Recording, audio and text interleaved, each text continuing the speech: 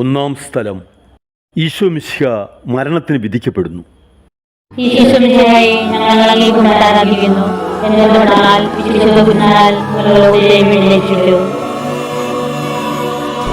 മനുഷ്യകുലത്തിൻ്റെ പാപപരിഹാരത്തിനുള്ള ബലി ആരംഭിച്ചു കഴിഞ്ഞു. ഈശോ പീലാത്തോസിന്റെ മുമ്പിൽ നിൽക്കുന്നു. അവിടുത്തെ ഒന്ന് നോക്കുക.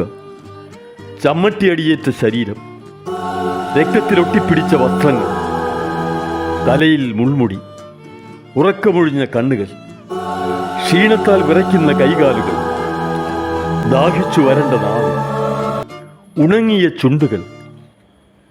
പീലാത്തോസ് വിധിവാചകം ഉച്ചരിക്കുന്നു. കുറ്റമില്ലാത്തവൻ കുറ്റക്കാരനായി വിധിക്കപ്പെട്ടു. എങ്കിലും അവിടുന്നെല്ലാം നിശബ്ദനായി സഹിക്കുന്നു. എൻ്റെ ദൈവമായ കർത്താവേ, അങ്ങ് കുറ്റമറ്റവനായിരുന്നിട്ടും കുരിശുമരണത്തിന് വിധിക്കപ്പെട്ടുവല്ലോ. എന്നെ മറ്റുള്ളവർ തെറ്റിദ്ധരിക്കുമ്പോഴും നിർദ്ദയമായി വിമർശിക്കുമ്പോഴും കുറ്റക്കാരനായി വിധിക്കുമ്പോഴും അതെല്ലാം അങ്ങയെപ്പോലെ സമചിത്തനായി സഹിക്കുവാൻ എന്നെ അനുഗ്രഹിക്കണമേ. അവരുടെ ഉദ്ദേശത്തെപ്പറ്റി ചിന്തിക്കാതെ അവർക്ക് വേണ്ടി ആത്മാർത്ഥമായി പ്രാർത്ഥിക്കുവാൻ എന്നെ സഹായിക്കണമേ.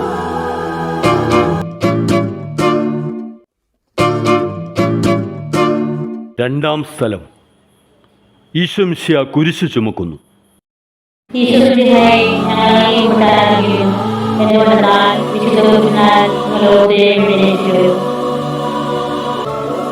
ഭാരമേറിയ കുരിശും ചുമന്നുകൊണ്ട് അവിടുന്ന് മുന്നോട്ട് നീങ്ങുന്നു. ഈശോയുടെ ചുറ്റും നോക്കുക. സ്നേഹിതന്മാർ ആരുമില്ല. യൂദാസ് അവിടുത്തെ ഒറ്റിക്കൊടുത്തു. പത്രോസ് അവിടുത്തെ പരിത്യജിച്ചു. മറ്റു ശിഷ്യന്മാർ ഓടിയൊളിച്ചു. അവിടുത്തെ അത്ഭുത പ്രവൃത്തികൾ കണ്ടവരും അവയുടെ ഫലം അനുഭവിച്ചവരും ഇപ്പോൾ എവിടെ? ഓശാന പാടി എതിരേറ്റവരും ഇന്ന് നിശബ്ദരായിരിക്കുന്നു. ഈശോയെ സഹായിക്കുവാനോ ഒരു ആശ്വാസവാക്കു പറയുവാനോ അവിടെ ആരുമില്ല.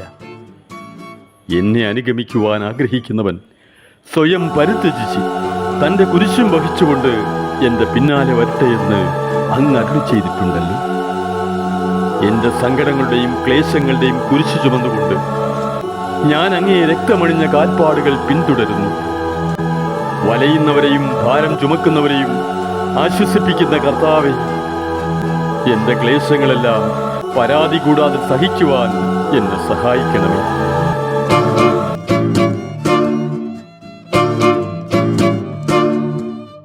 മൂന്നാം സ്ഥലം. ഈശോ മിശിഹ ഒന്നാം പ്രാവശ്യം വീഴുന്നു.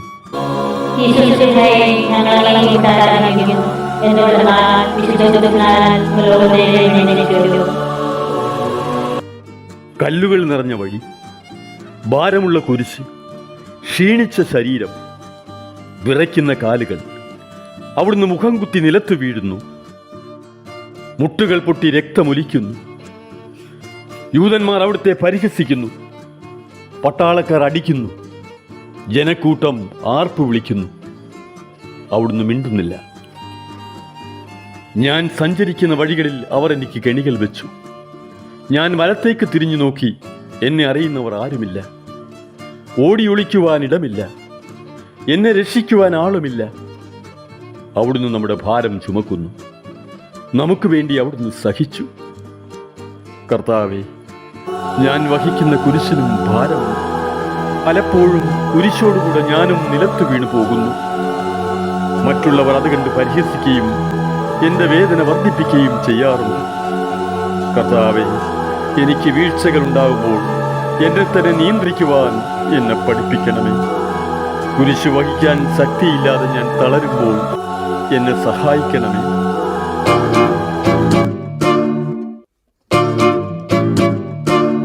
നാലാം സ്ഥലം. ഈശോ വഴിയിൽ വെച്ച് തൻ്റെ മാതാവിനെ കാണുന്നു.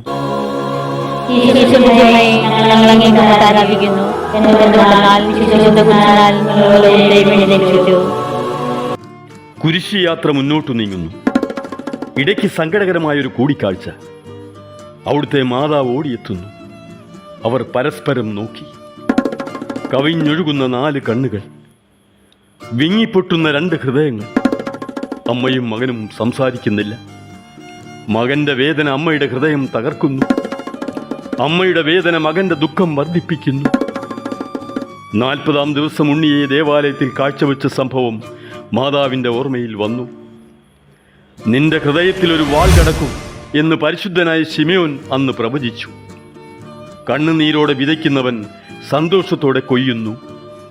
ഈ ലോകത്തിലെ നിസ്സാര സങ്കടങ്ങൾ നമുക്ക് നിത്യഭാഗ്യം പ്രദാനം ചെയ്യുന്നു. ദുഃഖസമുദ്രത്തിൽ മുഴുകിയ ദിവ്യരക്ഷിതാവേ, സഹനത്തിൻ്റെ ഏകാന്ത നിമിഷങ്ങളിൽ അങ്ങേ മാതാവിൻ്റെ മാതൃക ഞങ്ങളെ ആശ്വസിപ്പിക്കട്ടെ. അങ്ങയുടെയും അങ്ങേ മാതാവിൻ്റെയും സങ്കടത്തിന് കാരണം ഞങ്ങളുടെ പാപങ്ങളാണെന്ന് ഞങ്ങൾ അറിയുന്നു. അവയെല്ലാം പരിഹരിക്കുവാൻ ഞങ്ങളെ സഹായിക്കണമേ.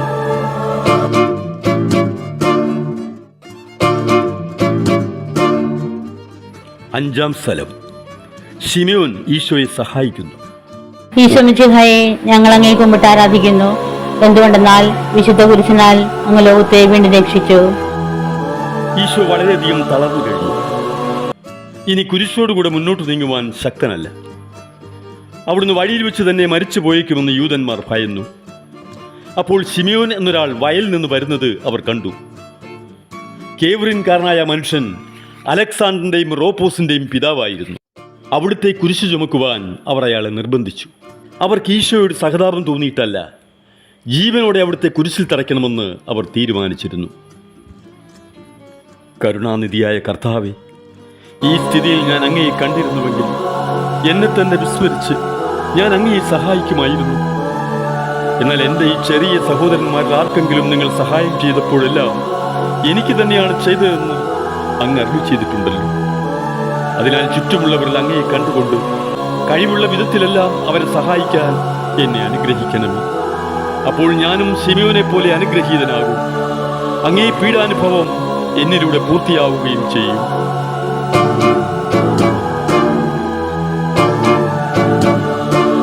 ആറാം സ്ഥലം. വെറോണിക്ക മിശിഹായുടെ തിരുമുഖം തുടയ്ക്കുന്നു. ഈശോ മിശിഹായെ ഞങ്ങൾ അങ്ങേ കുമ്പിട്ട് ആരാധിക്കുന്നു. എന്തുകൊണ്ടെന്നാൽ വിശുദ്ധ കുരിശിനാൽ അങ്ങ് ലോകത്തെ വീണ്ടും രക്ഷിച്ചു. ഭക്തിയായ വെറോണിക്ക മിശിഹായെ കാണുന്നു. അവളുടെ ഹൃദയം സഹതാപത്താൽ നിറഞ്ഞു. അവൾക്ക് അവിടുത്തെ ആശ്വസിപ്പിക്കണം. പട്ടാളക്കാരുടെ മധ്യത്തിലൂടെ അവൾ ഈശോയെ സമീപിക്കുന്നു. ആരെങ്കിലും എന്തെങ്കിലും പറഞ്ഞുകൊള്ളട്ടെ, സ്നേഹം പ്രതിബന്ധം അറിയുന്നില്ല. പരമാർത്ഥ ഹൃദയർ അവിടുത്തെ കാണും. അങ്ങിൽ ശരണപ്പെടുന്നവരാരും നിരാശരാവുകയില്ല. അവൾ ഭക്തിപൂർവം തൻ്റെ തുവാലയെടുത്തു. രക്തം പുരണ്ട മുഖം വിനയപൂർവം തുടച്ചു. എന്നോട് സഹതപിക്കുന്നവരുണ്ടോ എന്ന് ഞാൻ അന്വേഷിച്ചു നോക്കി. ആരെയും ഞാൻ കണ്ടില്ല. എന്നെ ആശ്വസിപ്പിക്കാൻ ആരുമില്ല. പ്രവാചകൻ വഴി അങ്ങ് അരുളി ചെയ്ത ഈ വാക്കുകൾ എൻ്റെ ചെവികളിൽ മുഴങ്ങിക്കൊണ്ടിരിക്കുന്നു. സ്നേഹം നിറഞ്ഞ കർത്താവേ, വെറോണിക്കയെ പോലെ അങ്ങയോട് സഹതപിക്കുവാനും അങ്ങയെ ആശ്വസിപ്പിക്കുവാനും ഞാൻ ആഗ്രഹിക്കുന്നു. അങ്ങേ പീഡാനുഭവത്തിൻ്റെ മായാത്ത മുദ്ര എൻ്റെ ഹൃദയത്തിൽ പതിക്കണമേ.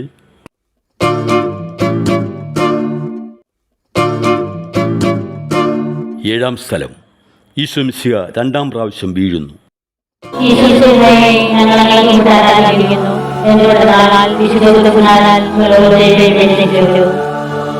ഈശോ ബലഹീനായി വീണ്ടും നിലത്തു വീഴുന്നു. മുറിവുകളിൽ നിന്ന് രക്തമൊഴുകുന്നു. ശരീരമാകെ വേദനിക്കുന്നു. ഞാൻ പൂഴിയിൽ വീണുപോയി. എൻ്റെ ആത്മാവ് ദുഃഖിച്ച് തളർന്നു. ചുറ്റുമുള്ളവർ പരിഹസിക്കുന്നു. അവിടുന്ന് അതൊന്നും ഗണ്യമാക്കുന്നില്ല. എൻ്റെ പിതാവ് എനിക്ക് തന്ന പാനപാത്രം ഞാൻ കുടിക്കേണ്ടതല്ലയോ? പിതാവിൻ്റെ ഇഷ്ടം നിറവേറ്റാനല്ലാതെ അവിടുന്ന് മറ്റൊന്നും ആഗ്രഹിക്കുന്നില്ല. മനുഷ്യപാപങ്ങളുടെ ഭാരമെല്ലാം ചുമന്ന മിശിഹായെ, അങ്ങയെ ആശ്വസിപ്പിക്കുവാനായി ഞങ്ങൾ അങ്ങയെ സമീപിക്കുന്നു. അങ്ങയെ കൂടാതെ ഞങ്ങൾക്കൊന്നും ചെയ്യുവാൻ ശക്തിയില്ല. ജീവിതത്തിൻ്റെ ഭാരത്താൽ ഞങ്ങൾ തളർന്നു വീഴുകയും എഴുന്നേൽക്കാൻ കഴിവില്ലാതെ വലയുകയും ചെയ്യുന്നു. അങ്ങയെ തൃക്കൈ നീട്ടി ഞങ്ങളെ സഹായിക്കണമേ.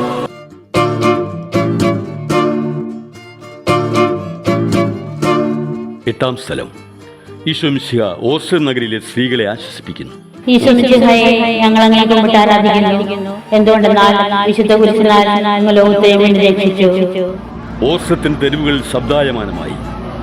പതിവില്ലാത്ത ബഹളം കേട്ട് സ്ത്രീജനങ്ങൾ വഴിയിലേക്ക് വരുന്നു. അവർക്ക് സുപരിചിതനായ ഈശോ കൊലക്കളത്തിലേക്ക് നയിക്കപ്പെടുന്നു. അവിടുത്തെ പേരിൽ അവർക്ക് അനുകമ്പ തോന്നി. ഓശാന ഞായറാഴ്ചത്തെ ഘോഷയാത്ര അവരുടെ ഓർമ്മയിൽ വന്നു. സൈത്യൻ കൊമ്പുകളും ജയ് വിളികളും അവർ കണ്ണുനീർ വാർത്ത് കരഞ്ഞു. അവരുടെ സഹതാപ പ്രകടനം അവിടുത്തെ ആശ്വസിപ്പിച്ചു. അവിടുന്ന് അവരോട് പറയുന്നു, നിങ്ങളെയും നിങ്ങളുടെ കുഞ്ഞുങ്ങളെയും ഓർത്ത് കരയുവിൻ. ഏതാനും വർഷങ്ങൾക്കുള്ളിൽ ഓസ്ലയം ആക്രമിക്കപ്പെടും. അവരും അവരുടെ കുട്ടികളും പട്ടിണി കിടന്ന് മരിക്കും. ആ സംഭവം അവിടുന്ന് പ്രവചിക്കുകയായിരുന്നു. അവിടുന്ന് സ്വയം മറന്ന് അവരെ ആശ്വസിപ്പിക്കുന്നു. എളിയവരുടെ സങ്കേതമായ കർത്താവേ, ഞെരുക്കത്തിൻ്റെ കാലത്ത് ഞങ്ങളെ ആശ്വസിപ്പിക്കുന്ന ദൈവമേ, അങ്ങേ ദാരുണമായ പീഡകളോർത്ത് ഞങ്ങൾ ദുഃഖിക്കുന്നു.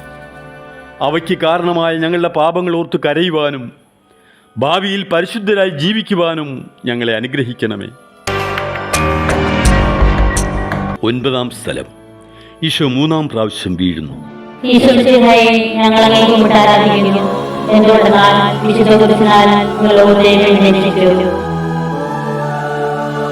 മുന്നോട്ടു നീങ്ങുവാൻ അവിടത്തേക്കിന് ശക്തിയില്ല. രക്തമെല്ലാം തീരാറായി. തല കറങ്ങുന്നു, ശരീരം വിറയ്ക്കുന്നു. അവിടുന്ന് അതാ നിലം പതിക്കുന്നു. സ്വയം എഴുന്നേൽക്കാൻ ശക്തിയില്ല.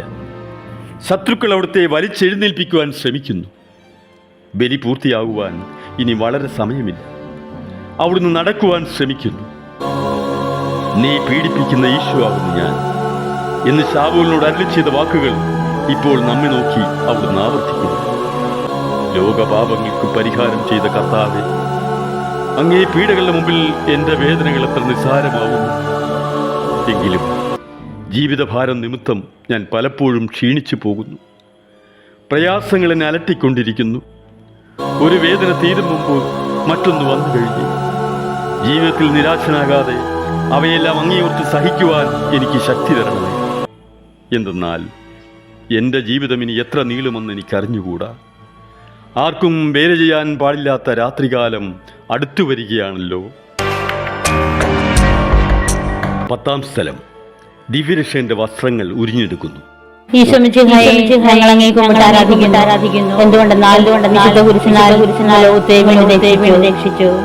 ഗാഗുൽത്തായിലെത്തിയപ്പോൾ അവർ അവിടത്തേക്ക് മീറ കലർത്തി വീഞ്ഞു കൊടുത്തു. എന്നാൽ അവിടുന്ന് അത് സ്വീകരിച്ചില്ല. അവിടുത്തെ വസ്ത്രങ്ങൾ 4ആയി ഭാഗിച്ച് ഓരോരുത്തർ ഓരോ ഭാഗം എടുക്കുകയും ചെയ്തു. മേലങ്കി തയ്യൽ കൂടാതെ നെയ്യപ്പെട്ടതായിരുന്നു. അത് ആർക്ക് ലഭിക്കണമെന്ന് ചിട്ടിയിട്ട് തീരുമാനിക്കാം എന്നവർ പരസ്പരം പറഞ്ഞു.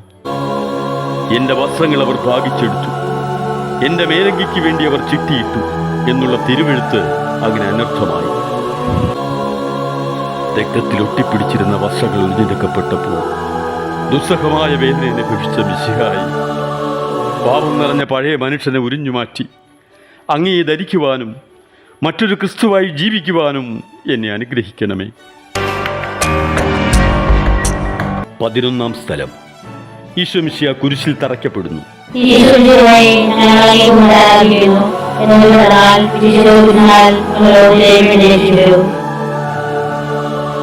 ഈശോയെ കുരിശിൽ കിടത്തി കൈകളിലും കാലുകളിലും അവർ ആണി തറയ്ക്കുന്നു. ആണിപ്പഴുതുകളിലേക്ക് കൈകാലുകൾ വലിച്ചു നീട്ടുന്നു. ഉഗ്രമായ വേദന, മനുഷ്യന് സങ്കല്പിക്കാൻ കഴിയാത്ത വിധം ദുസ്സഹമായ പീഡകൾ. എങ്കിലും അവിടുത്തെ അധരങ്ങളിൽ പരാതിയില്ല, കണ്ണുകളിൽ നൈരാശ്യമില്ല. പിതാവിൻ്റെ ഇഷ്ടം നിറവേറട്ടെ എന്ന് അവിടുന്ന് പ്രാർത്ഥിക്കുന്നു. ലോകരക്ഷകനായ കർത്താവേ, സ്നേഹത്തിൻ്റെ പുതിയ സന്ദേശവുമായി വന്ന അങ്ങയെ ലോകം കുരിശിൽ തറച്ചു. അങ്ങ് ലോകത്തിൽ നിന്നല്ലാത്തതിനാൽ ലോകം അങ്ങയെ ദേഷിച്ചു. യജമാനേക്കാൾ വലിയ ഭൃത്യനില്ലെന്ന് അങ്ങ് അരുളി ചെയ്തിട്ടുണ്ടല്ലോ. അങ്ങയെ പീഡിപ്പിച്ചവർ ഞങ്ങളെയും പീഡിപ്പിക്കുമെന്ന് ഞങ്ങൾ അറിയുന്നു. അങ്ങയോടുകൂടെ കുരിശിൽ തറയ്ക്കപ്പെടുവാനും ലോകത്തിന് മരിച്ച് അങ്ങയ്ക്ക് വേണ്ടി മാത്രം ജീവിക്കുവാനും ഞങ്ങളെ അനുഗ്രഹിക്കണമേ. 12-ാം സ്ഥലം. ഈശോ മിശിഹ കുരിശിൽ തൂങ്ങി മരിക്കുന്നു. ഈശോ മിശിഹായെ ഞങ്ങൾ അങ്ങേ കുമ്പിട്ട് ആരാധിക്കുന്നു. എന്തുകൊണ്ടെന്നാൽ വിശുദ്ധ കുരിശിനാൽ അങ്ങ് ലോകത്തെ വീണ്ടും രക്ഷിച്ചു. 2 കള്ളന്മാരുടെ നടുവിൽ അവിടുത്തെ അവർ കുരിശിൽ തറച്ചു. കുരിശിൽ കിടന്നുകൊണ്ട് ശത്രുക്കൾക്ക് വേണ്ടി അവിടുന്ന് പ്രാർത്ഥിക്കുന്നു. നല്ല കള്ളനെ ആശ്വസിപ്പിക്കുന്നു. മാതാവും മറ്റ് സ്ത്രീകളും കരഞ്ഞുകൊണ്ട് കുരിശിന് താഴെ നിന്നിരുന്നു. ഇതാ നിന്റെ മകൻ എന്ന അമ്മയോടും ഇതാ നിന്റെ അമ്മ എന്ന് യോഹന്നാനോടും അവിടുന്ന് അരുളി ചെയ്തു. 12 മണി സമയമായിരുന്നു. എൻ്റെ പിതാവേ, അങ്ങേ കൈകളിൽ എൻ്റെ ആത്മാവിനെ ഞാൻ സമർപ്പിക്കുന്നു എന്നരുളി ചെയ്ത് അവിടുന്ന് മരിച്ചു.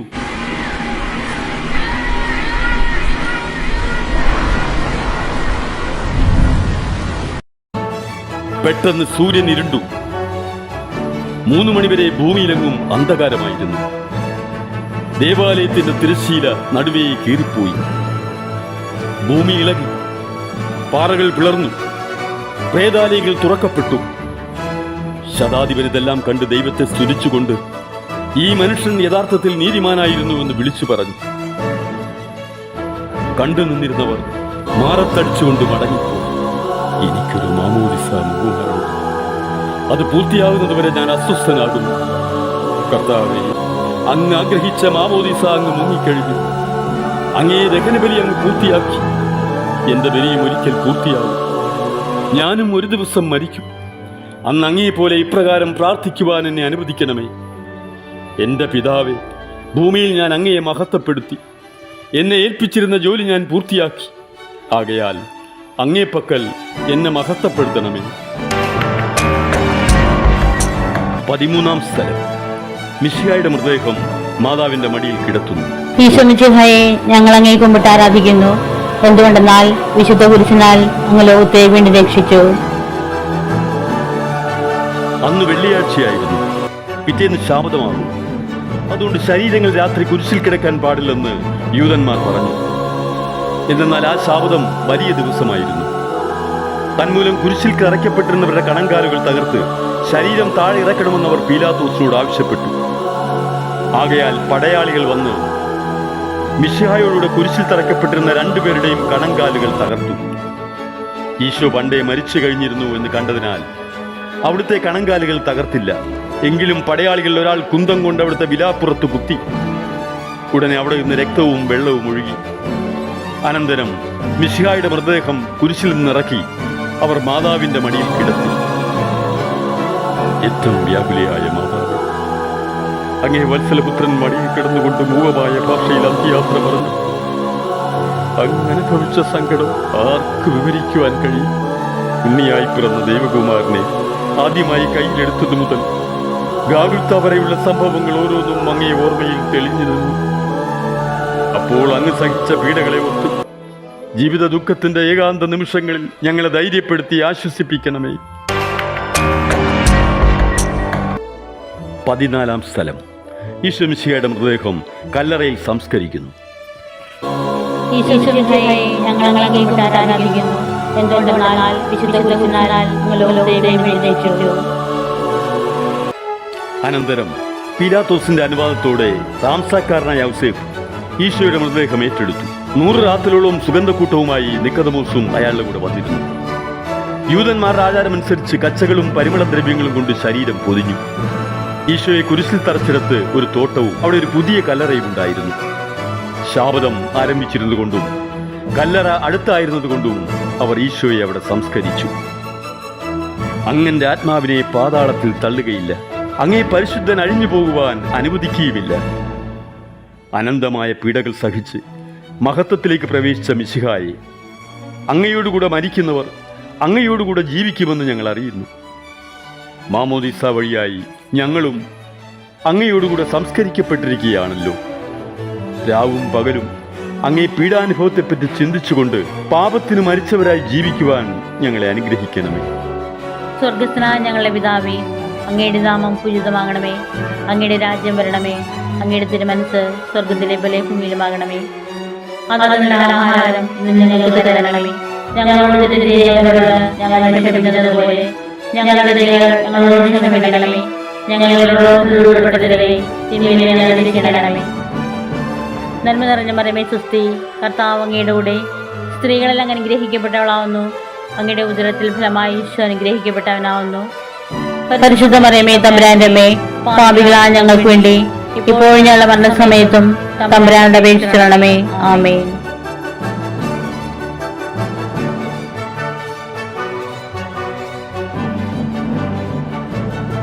ദൈവമേ നീ ക്ഷമിക്കാം, നിന്റെ തോടു നാഥാ